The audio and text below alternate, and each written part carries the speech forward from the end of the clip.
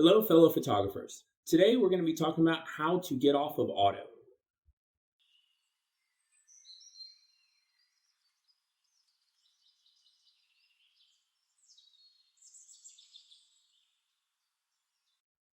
This is just going to be a refreshment video of things that we have gone over in greater detail and a congratulatory video because if you can get off of auto, then that's the first step to being able to call yourself a professional photographer. Why do I call this the first step in being able to call yourself a professional photographer? Well, because if you can understand how the settings work on your camera and you can recreate a photo you have taken by knowing what settings you need to set and which ones you can adjust to expose your picture properly, then this is where you have conquered your camera and moved up a level.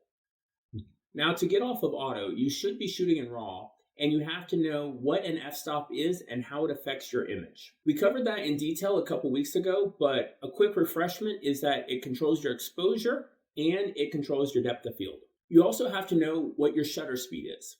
This will also control your exposure and it will tell you whether you can hand hold your camera or whether you need a tripod. This is also a setting you have to control if you have movement in your image and you have to make a choice whether you want that movement to be blurred or whether you want to freeze that action. Then there's your ISO. This is the last of the three that control your exposure. This is also the last of the three that I recommend changing when you're adjusting your exposure. If you can't keep your ISO low and achieve the shot you're trying to get by just adjusting your shutter speed and your aperture, then that is when you finally go through and adjust your ISO. But that is the last step of the three that you change. We've also just gone over different camera shooting modes and why I believe that manual, shutter speed, and aperture priority are the only three that you really should be using.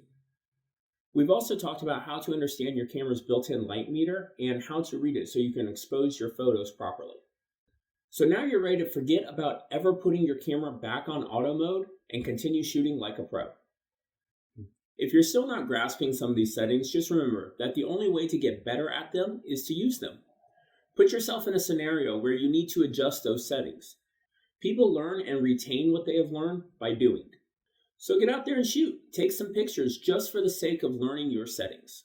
Then that way, when you want to take a picture that requires those settings, you already know what you need to do. So as always, get out there and shoot. Happy shooting, and I will see you next week.